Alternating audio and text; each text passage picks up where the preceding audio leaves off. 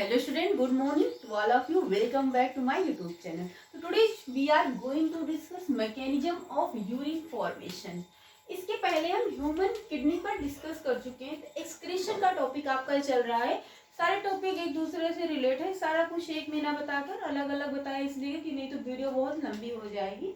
तो एक एक टॉपिक को आप क्लियर करते चल रहे हैं. ये आपको पहले ही बता चुके हैं. तो ये डायग्राम आपको हम समझा चुके हैं. ये नेफ्रॉन्स का है. क्या है? नेफ्रॉन्स के बारे में है.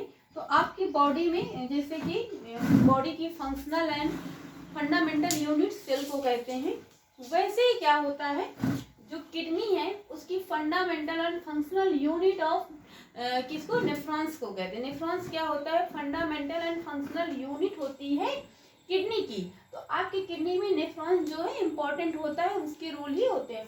तो यहाँ पे यूरिन फॉर्मेशन पे डिस्कस करेंगे. जब क्या होता है ब्लड ग्लोमेरुलस में मीन्स रीनल ट्यूब्यूल्स क्या होता है? ग्लोमेरुलस ये बोमन्स कैप्सूल यहीं से स्टार्ट हो जाता है, इंटर करता है. तो एक प्रेशर के साथ, अंडर हाई प्रेशर के साथ ब्लड क्या करता है? इंटर करता है ग्लोमेरुलस में. और इस ब्लड में क्या होता है आप लिखते भी जाइए. व्हेन, एक इजी लैंग्वेज में, when inter the blood into glomerulus under high pressure. जो प्रेशर लगता है वो कैसा प्रेशर होता है? High pressure. एंड आगे का क्या नेक्स्ट पॉइंट करके उसी में एंड इट इज अकर. यहाँ पर ग्लोमेरुलस में क्या क्या चीजें प्रेजेंट होती हैं? अकर वाटर, आपके ब्लड में वाटर एंड स्मॉल सॉल्यूट्स. देखो जब ब्लड इंटर करता है तो ब्लड में क्या क्या प्रेजेंस होते हैं? वाटर प्रेजेंस होता है और स्मॉल सॉल्यूट्स जो है प्रेजेंट होते हैं. तो ये क्या करते हैं? जो वाटर और स्मॉल सॉल्यूट्स क्या होते हैं? ये फिल्टर होते हैं. कैसे फिल्टर होते हैं? फिल्टर होते हैं कैपिलरी वॉल से. किससे? कैपिलरी, लिखते जाइए मैं और समझा रहे हैं. कैपिलरी वॉल्स ऑफ ग्लोमेरुलस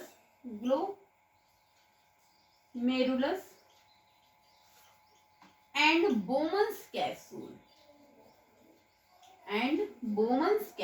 अब बोमन्स कैप्सूल है, आपको बताने की नीड नहीं है, बता चुके हैं. कफ लाइक स्ट्रक्चर जो है ये बोमन्स कैप्सूल होता है. ये आपका जो छन्नी जैसा दिख रहा है ये क्या है? Glomerulus, capillary walls of glomerulus होता है.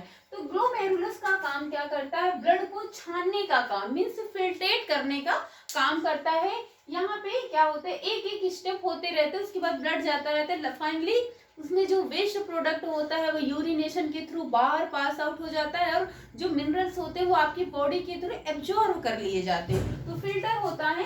तो यहाँ पे किसका फिल्टर होता है? स्मॉल सॉल्यूट्स ऑन वाटर का जो ब्लड में प्रेजेंस होते हैं किसमें? ग्लोमेरुलस और बोमन्स कैप्सूल में.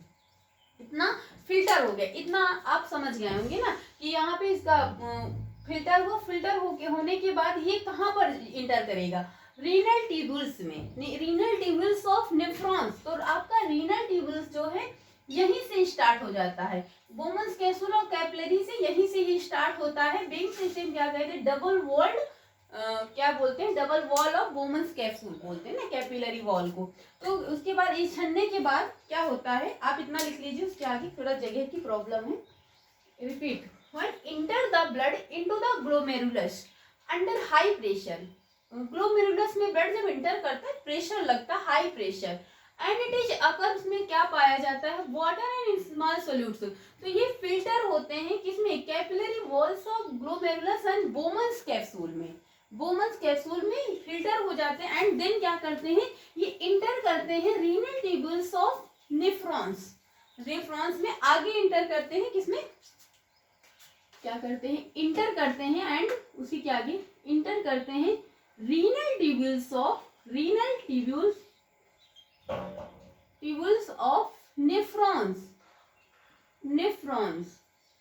रीनल ट्यूब्यूल्स ऑफ नेफ्रॉन्स में इंटर करते हैं.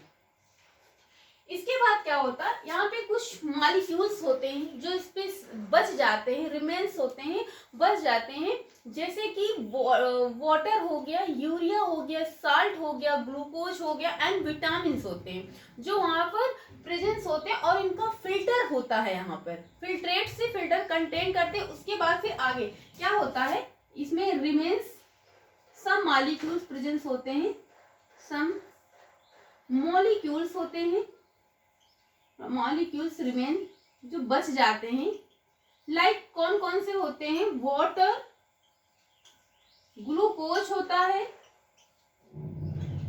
साल्ट, यूरिया, आपके यूरिनेशन में यूरिया भी होती है जो बाहर आके अमोनिया में चेंज हो जाती है, दिस इज वेरी डेंजरस होती है जो यूरिया, एंड विटामिन भी होते हैं। एक एक स्टेप में देखो फिल्ट्रेट होता है। फिल्ट्रेशन क्यों होता है, फिल्ट्रेशन इसलिए होता है कि आपके जो ब्लड में ये सब चीजें प्रेजेंट होती हैं, इनका फिल्टर करके जो बॉडी के लिए बॉडी के थ्रू आपका विटामिन, मिनरल्स, फैट, कार्बोहाइड्रेट को एब्जॉर्ब कर लिया जाता है। उसके बाद जो वेस्ट बचता है उसको क्या करता है, बॉडी से बाहर निकाल देते हैं। तो इनका फिल्ट्रेशन यहाँ पे होता है। उसके बाद फिर रीनल, इतना आप लिख लीजिए, फिर रीनल ट्यूबल्स में इंटर करता है। रीनल ट्यूबल्स के बाद फिर क्या होता है, फिर इनका इन सब चीजों का क्या होता है, रीअब्जॉर्प्शन होता है। रीअब्जॉर्प्शन में क्या होता है, आपका जैसे यूरिन का फॉर्मेशन होता है कि ब्लड जहाँ वहां पे जितना वेस्ट होता है वो सिक्रेट होता है आपका as a form of urine के फॉर्म में होता है। वहां पे एनर्जी यूज होती है सिक्रेशन के लिए, एक एक्टिव फॉर्म में सिक्रेशन होता है। तो वो एनर्जी एटीपी के फॉर्म में होती है। जो यूरिन का सिक्रेशन होता रहता है तो वो कहाँ पे स्टोर होता है, यूरिनरी ब्लैडर में। आपको बता चुकी है चीज पहले ही, तो इतना आप नोट कर लीजिए।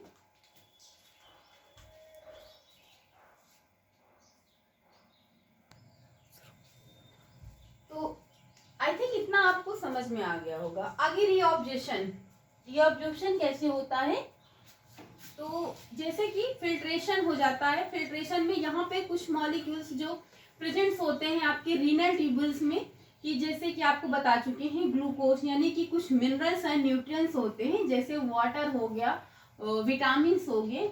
इनका क्या होता है, रीअब्जॉर्प्शन होता है रीनल ट्यूबल्स में, ये प्रेजेंट्स होते हैं। तो यहाँ पे क्या होता है, फिल्ट्रेट होकर ये travel back into the blood, यानी कि एक बार से फिर रीनल ट्यूबल्स में बैक कर देते हैं। फिल्टर होने के बाद फिर से बैक मार देते हैं। बैक क्या चीज है, जो आपकी बॉडी के लिए यूजफुल होता है वो बॉडी में बैक, जो आपका वेस्ट मटेरियल होता है वो बाहर निकल जाता है। तो आपके यहाँ पे क्या रीनल ट्यूबल्स में क्या, जैसे अभी पहले ही बता चुके हैं, मिनरल्स एंड न्यूट्रिएंट्स होते हैं। तो इनका यहाँ पे रीअब्जॉर्प्शन होता है। क्या होता है, रीअब्जॉर्प्शन होता है। रीअब्जॉर्प्शन जो होता है वो एनर्जी यूज किस फॉर्म में, डिफ्यूजन और मार्कर बहुत लाइट चल रहा है, डिफ्यूजन किस फॉर्म में होता है, diffusion and active transport. Active transport आपको पता है डिफ्यूजन क्या होता है, एक्टिव ट्रांसपोर्ट क्या होता है, ये चीजें आपको पता है, बता चुके। ट्रांसपोर्ट मतलब ट्रांसपायरेशन का मतलब होता है बॉडी में एक जगह से दूसरी जगह रीच करना, या फिर आपको प्लांट्स का जब बताए थे ट्रांसपायरेशन वहां पे कि जो आपकी बॉडी के लिए मिनरल्स होते हैं वो बॉडी के हर पार्ट में रीच करते हैं। तो यहाँ पे कैपिलरी सेल्स के थ्रू आपकी वेन्स होते हैं, उसके थ्रू बॉडी में जो प्योर ब्लड होता है वो रीच करता है। तो ये फॉर्म में रीअब्जॉर्प्शन होता है। तो ये फॉर्म में क्या, एनर्जी का यूज होता है। किसका यूज होता है, यूज होती है energy in the form of, किस फॉर्म में, अभी बता चुके, एटीपी के फॉर्म में। एटीपी के फॉर्म में एनर्जी का यूज होता है। अब एटीपी का फुल फॉर्म क्या होता है, एडेनोसिन ट्राइफॉस्फेट। तो यहाँ पे क्या होता है, रीअब्जॉर्प्शन हो जाता है डिफ्यूजन और एक्टिव ट्रांसपोर्ट के थ्रू। आपके जो रीनल ट्यूब्यूल्स में प्रेजेंट्स होते हैं न्यूट्रिएंट्स एंड अदर मिनरल्स होते हैं, जैसे विटामिन हो गया, प्रोटीन, तो उनका रीअब्जॉर्प्शन हो जाता है। उसके बाद इसका सिक्रीशन हो जाता है किसके, वेस्ट प्रोडक्ट के रूप में। क्या होता है, वेस्ट प्रोडक्ट के रूप में सिक्रीशन हो जाता है। और ये जो न्यूट्रिएंट्स होते हैं ये बॉडी के लिए आपके इसेंशियल होते हैं ना, तो बॉडी में क्या होते हैं, इनका रिअब्जॉर्प्शन यहाँ पे होता है। किडनी का देखो आपका काम ही क्या है, ब्लड का फिल्ट्रेट करना। फिल्ट्रेट करने के बाद मीन्स आप बस इतना समझिए कि आपकी बॉडी के लिए जो इसेंशियल प्रोडक्ट है वो रिअब्जॉर्प्शन हो जाता है एंड वेस्ट प्रोडक्ट को सिक्रेट कर देता है और यूरिनेशन के थ्रू बॉडी से बाहर निकल जाता है। जैसे साल्ट हो गया आपकी बॉडी से, यूरिया हो गया, अमोनिया हो गया, ग्लूकोज, जितना भी वेस्ट होता है बॉडी से बाहर निकाल देता है। आपको पहले ही बता दिया कि किन किन के थ्रू, आपकी जो स्किन में स्वीट ग्लैंड होती हैं उसके थ्रू पसीना कितना निकलता है, गर्मियों में आप देखो उसके थ्रू उसमें से साल्ट यूरिया निकल जाता है। यूरिनेशन के थ्रू निकल, आपके कितने एक्सक्रीशन के पार्ट होते हैं, सबका अलग अलग अपना काम होता है। लंग्स का काम क्या होता है, ब्रीदिंग के थ्रू कार्बन डाइऑक्साइड जो आपकी पॉइजनस गैस होती है वो बॉडी से बाहर निकाल देते हैं। और लीवर का काम क्या होता है, डिटॉक्सिफाइज करता है, जो आपके बॉडी में पॉइजनस इंटर करते हैं उनको इंटर करने ही नहीं, प्रिवेंट करता है। तो सबका अलग अलग काम होता है। तो यहाँ पे जब इसका सिक्रीशन सॉरी रिअब्जॉर्प्शन हो जाता है तो उसके बाद क्या होता है, सिक्रीशन होता है।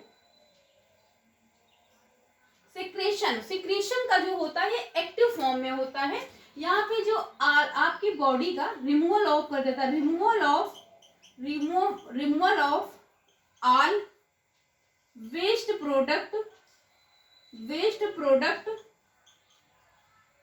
From blood, waste product from blood means blood में आपके जो वेस्ट प्रोडक्ट होता है उसका रिमूवल कर देता है, सिक्रीशन कर देता है। तो इतना नोट कर लीजिए।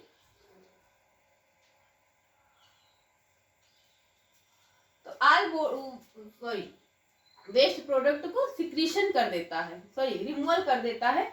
और ये जो रिमूवल करता है उसके बाद ये सिक्रीट होकर कहाँ पर स्टोर होता है, ये सिक्रीशन जो होता है, सिक्रेशन होता है इनटू द रीनल